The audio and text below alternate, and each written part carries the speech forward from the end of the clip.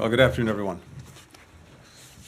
Last week in his State of the Union address, the President directed the United States military to build a temporary pier in Gaza to enable us to help surge humanitarian assistance to those who so desperately need it. A short while ago, I did a video conference with colleagues from Cyprus, from the United Kingdom, the UAE, Qatar, the European Union, and the United Nations to coordinate our efforts in getting this maritime corridor up and running. We're also, of course, working with Israel on this.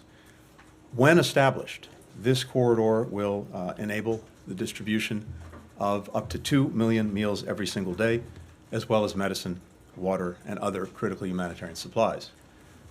Germany, Greece, Italy, the Netherlands, Canada are also supporting this effort.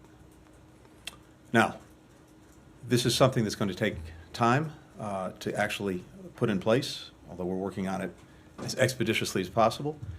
And I want to emphasize, it is a complement to, not a substitute for, other ways of getting humanitarian assistance into Gaza. And in particular, overland routes remain the most critical way to get assistance in and then to people who need it. But this will help close the gap, and it's part of our all-of-the-above strategy to make sure that we're doing everything possible, by every means possible, to surge support to those who need it, by land, by sea, by air. As you know, the United States has been leading efforts from the very beginning to try to ensure that assistance gets to those who need it. We've had significant ups and downs, periods of interruption, disruption, and having said that, we're also seeing right now humanitarian assistance through Rafah and through Kerem Shalom getting back to levels that we'd gotten it to some weeks ago, about 200 trucks a day. Yesterday, for the first time, the World Food Program was able to resume aid delivery to Gaza. Morocco made its first humanitarian assistance delivery through Kerem Shalom. This week, the first shipments to North Gaza through a new crossing at the 96th gate began. We have flour that flowed from Ashdod port. We're working to make sure that inspections are accelerated and road repairs move forward so that we can also increase the flow that's going from Jordan into Gaza. That's a critical route for supplies. So there's movement, and it's positive, but it remains insufficient. Israel still needs to open as many access points as possible and keep them open to make sure that things are flowing in a sustainable way. Increase the scanning capacity, the inspection capacity, particularly at Kerem Shalom, where more can be done to get more aid in more quickly. Easing unnecessary restrictions on key products, having greater clarity and predictability on what can get in and what can't. There's a legitimate issue here about dual-use items, but we need to see much greater clarity, much greater consistency on what these are. And of course, as we've said all along, while it's vital to make sure that things are getting into Gaza, once they're in, they have to get to the people who need them. And so distribution within Gaza remains a critical function. There, improving communication, improving deconfliction with humanitarians, particularly with the United Nations, with local community leaders, remains important work and work that is still in progress. The bottom line is we need to see, as we've described it, we need to see flooding the zone when it comes to humanitarian assistance for Gaza. This will have a number of, I think, important merits to it. First and foremost, it will bring comfort to people who so desperately need it. But beyond that, one of the challenges that we have now, and that you're seeing now, is that lawlessness, insecurity, all of that pervades in Gaza, combined with desperation. When you put those things together, you have situations where aid goes in and then people immediately charge at the trucks, and you see looting, you see criminal gangs get in the act, and again, just ordinary civilians who, in the absence of sufficient aid, may believe that their only chance to get a piece of bread is to go at the one truck that they see coming in. When you have a sustainable, predictable, confident supply of assistance going in, that will give people confidence that food is there, it'll keep coming, they can rely on it. that will also decrease both the overall insecurity, sense of lawlessness. Prices will come down for goods that are being looted and then sold on the black market, and that'll undercut the gangs that are engaged in that practice. Having said all of that, even as we work to surge humanitarian assistance by every means necessary, the most effective way to really get that done is with a ceasefire and having an environment much more conducive to getting the aid through. There's a very strong proposal on the table right now. The question is, will Hamas take it? Does Hamas want to end the suffering that it's provoked? The question is there, but I can tell you that we're intensely engaged every single day, almost every single hour, with Qatar, with Egypt, to see if we can get a ceasefire agreement that will get the hostages out, get more aid in, and create a pathway perhaps for a more lasting, secure solution. Hostages remain front and center on our minds and in our hearts. We just learned that one of the dual U.S. Israeli citizens who we believed was taken on October 7th, Itai Hen, was in fact killed on October 7th. I'd met with his family multiple times over the last several months. I spoke to them yesterday, to Ruby, to Hagit. There are no good words. No one should have to go through what they've gone through and what the other hostage families continue to go through. It's another reason why getting the ceasefire would be so crucial to enable us to bring the hostages home. The President has made clear that ensuring the supply of humanitarian assistance, doing everything possible to protect civilians, has to be a priority. It can't be a secondary consideration. So, to that end, I would simply say, where there's a will, there's a way. We look to the government of Israel to make sure that this is a priority. Protecting civilians, getting people the assistance they need. That has to be job number one, even as they do what is necessary to defend the country and to deal with the threat posed by Hamas. Happy to take some questions. Thank you. Thanks, Mr. Secretary. Hello, how are you? Two things very briefly. One, you guys have been talking for a long time, months and months and months now, about the need to get more aid into Gaza. So I'm just curious about what this meeting today was. Did it accomplish anything, or were any decisions made about speeding up the maritime corridor, or was this a broader thing that had more to do with that? And then secondly, it's no secret that the differences between President Biden and his administration and Prime Minister Netanyahu and his government have gotten bigger, larger over the course of the past couple months, but particularly over the course of the last several weeks or days. And I'm curious you are unhappy with the pace of the aid deliveries and what Israel has done in terms of speeding assistance into Gaza, but when you combine that with the actual combat that's going on the ground, can you see a point where where the United States, where the Biden administration says, look, enough is enough? And then if that does happen, what would that mean? Thanks. Right. Matt, thanks. In terms of the meeting today, the focus was on the maritime corridor and the pier, the dock that we'll be building, that the President announced in the State of the Union. So what we were talking about today was with the countries that are directly participating in both helping to establish that pier, that dock, but also putting in place the system to collect assistance and then to send it off by sea to the dock that we'll be building.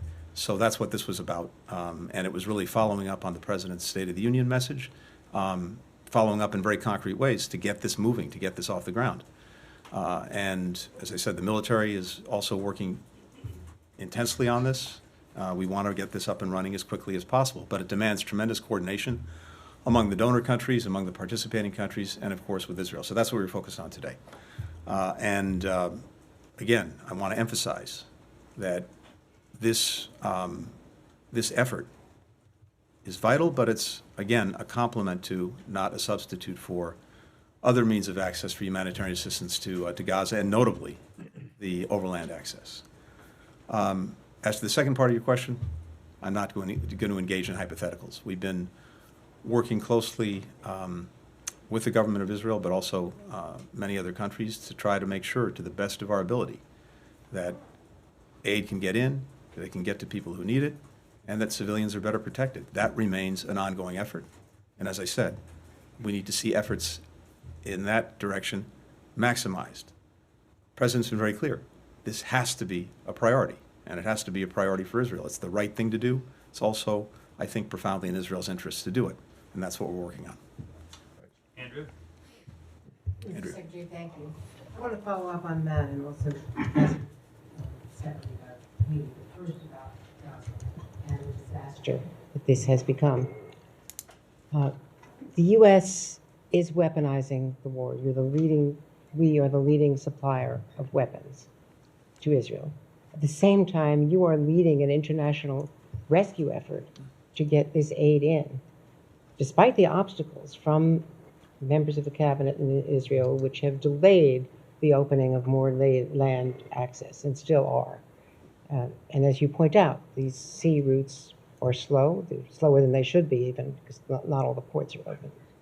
And they're not a substitute for the hundreds of trucks that could get in by land. So can you explain to the American people this incompatible policy? These policies are in conflict. And have you received any plan, as requested, from Israel for a plan to take care of the people in Rafah, if, as the Prime Minister has said, he's determined to go in after those last four, what he says of those last 4 battalions? Separately, on Haiti, there's the same disaster emerging there on a different scale, but is there a U.S. plan to help with relief? It's already been 5 months since the UN authorized the Kenyan multinational force. The Supreme Court there has objected. It's going to be a while until they get in, even if they agree to go in. What emergency relief can we provide to the people of Haiti to try to resolve the growing disaster there? Thank you. Thanks, Andrea. So coming back to the first question, we have been focused all along on 2 things. One, making sure that Israel can effectively defend itself, and that's an enduring commitment that's not going to go away. And also to try to make sure that October 7th never happens again. And in doing that, we're there as Israel's ally, as Israel's partner. We've also been determined from day one, that as Israel takes steps necessary to defend itself, to ensure that October 7th doesn't happen again, that civilians are protected, humanitarian assistance gets to those who need it. And these 2 objectives are not in conflict. The question is whether Israel, on the one hand, is and can effectively deal with its security needs and defending the country, while at the same time maximizing every possible effort to ensure that civilians are not harmed and that assistance gets to those who need it. And as I've said for some time, we see a gap between the intent and the result that we're determined every single day to close. We want to see the violence end. We want to see this get to a point where civilians are fully protected and people get what they need to get by and ultimately to rebuild their lives. The best path forward right now would be, of course, getting an agreement on hostages. That's what we're working on intensely every single day. With regard to Rafah, the President's been very clear about this repeatedly. What we've said to Israel is this: given the large number of civilians that are now in Rafah, many of them displaced from other parts of Gaza, about 1.4 million, we need to see a plan that will get civilians out of harm's way if there's to be a military operation in Rafah, and not only gets them out of harm's way, but also ensures that they have what they need, that they have shelter, that they have food, that they have medicine. We have not yet seen such a plan. On Haiti, as you know, this has been a long unfolding story. The heart of the story is the suffering of the Haitian people, and we want to see that brought to an end. But that requires a few things. It requires a more stable political system so that the country can function and function democratically. And for that, we need to see a transition to elections, to a clear return to a democratic path. We need assistance, humanitarian assistance, development assistance, so the economy can get built up, people can have opportunity.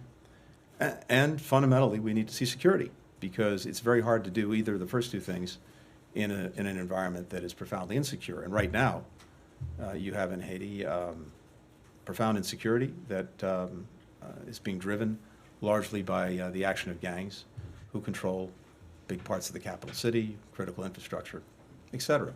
So we've been working on all of these fronts. And as you know, the United Nations endorsed some months ago a multinational security support mission to help the Haitian police regain control of security. As we're putting that together, and Kenya stepped up to say that it would lead this mission, we've brought together other countries that are going to contribute to the mission. We ourselves are contributing significant resources to it. In parallel, we've also been trying with CARICOM countries, the Caribbean countries, other interested countries, to help Haitians get back on a better political path. I was in Jamaica just a couple of days ago with all of the countries from the Caribbean, CARICOM, with other partners, including Canada, including France, including Mexico. All of this in support of Haitian-led efforts to find a political path forward, to get to a political transition. And that's exactly what was agreed the other day. The Prime Minister Henry, stepped down along with his government. A transitional presidential council, or college, as they call it, is being stood up. It's inclusive. It brings together most of the major parties in Haiti, as well as other key stakeholders like the private sector, like the interfaith community, and civil society. That council has as its mandate, again, agreed to by the Haitians, to choose a new prime minister, an interim prime minister, to establish a National Security Council, and to put in place an electoral commission. That creates the pathway, the transition to elections and to a constitutionally mandated government.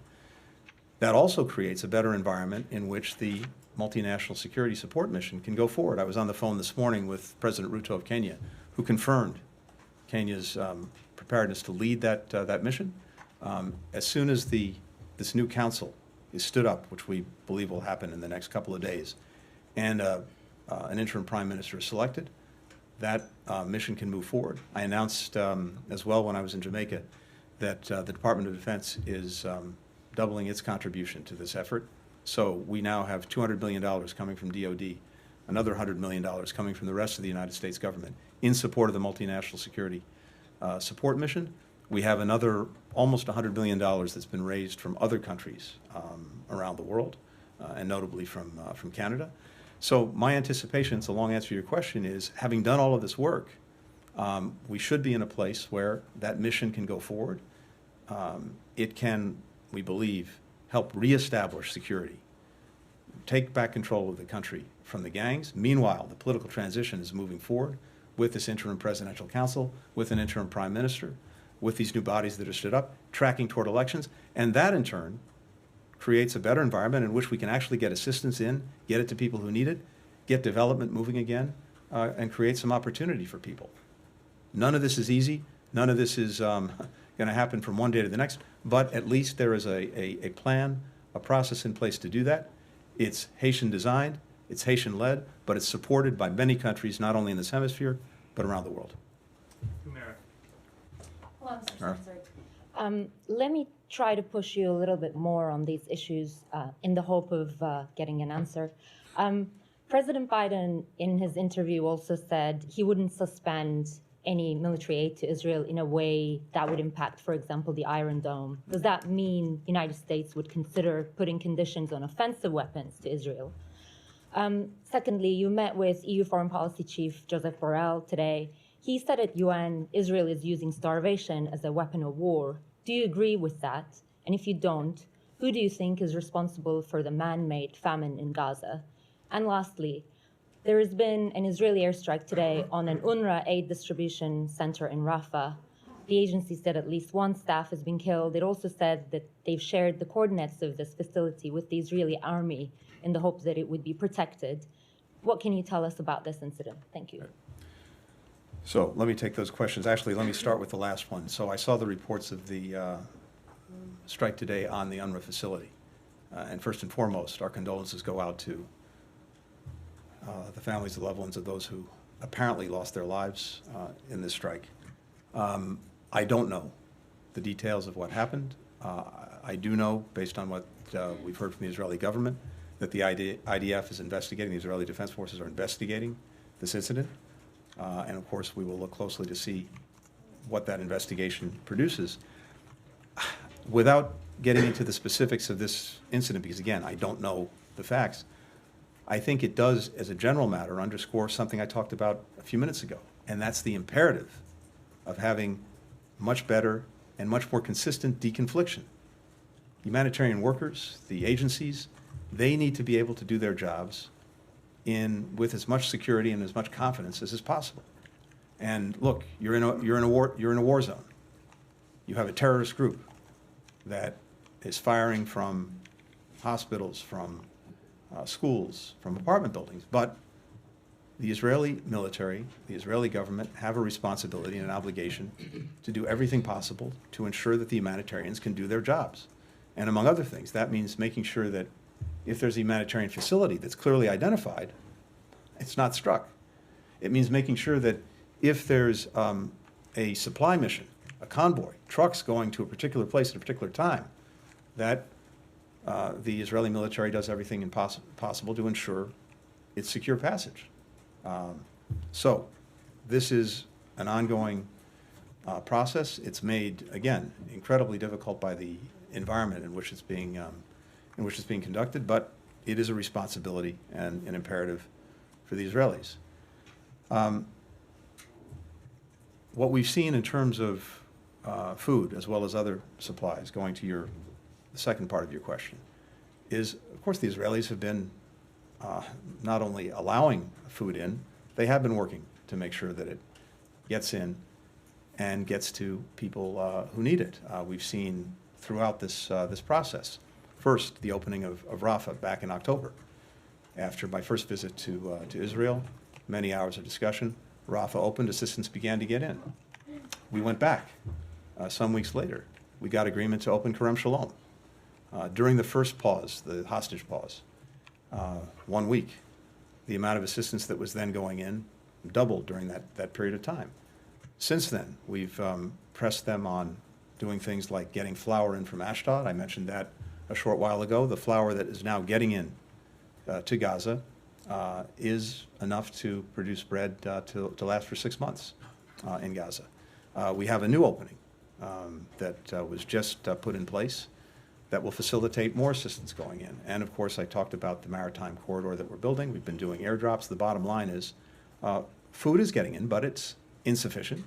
That's why we're talking about doing everything possible to maximize not only what gets in, but what gets to people. But I think that answers the second part of the question. And finally, look, let me just say this about our commitment. Our commitment is to make sure that Israel has the means to defend itself, to provide for its own security, and that's an enduring commitment. I will take one more, Kyla. Thank you. Hi, Secretary. Welcome back. Thank you. I appreciate it. Yeah. You just said now, and the Biden administration has been saying for a while, that the onus is essentially on Israel to come up with a plan to protect the civilians in Rafah if they're going to conduct this operation.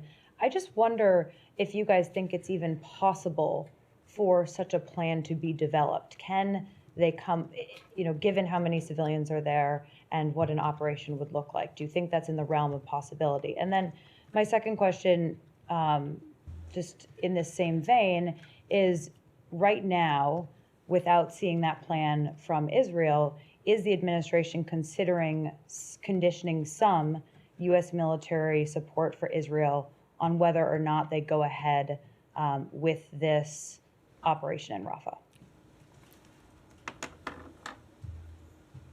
I mentioned a few minutes ago the tremendous challenge in conducting a military operation in Rafah with 1.4 million civilians there. And the imperative, as we see it, and as President Biden has clearly expressed it, that there has to be, if there are going to be military operations in Rafah, a clear and implementable plan to get the civilians out of harm's way and to provide for them once out of harm's way. We have not seen that plan. Is it possible? Yes, it's possible, but we haven't seen it, and the most important thing is to see it and to make sure that it's something that can be implemented in a way that accomplishes what has to be accomplished, which is protecting people and supporting people. But right now, that's all in the realm of hypothetical because we haven't seen a plan. So we look to that. Beyond that, I'm not going to get into any other hypotheticals about Rafah or where that goes. All I can say is we need to see a plan for the civilians, and we'll wait for that. Thank you. Thank you all. Thanks, everyone.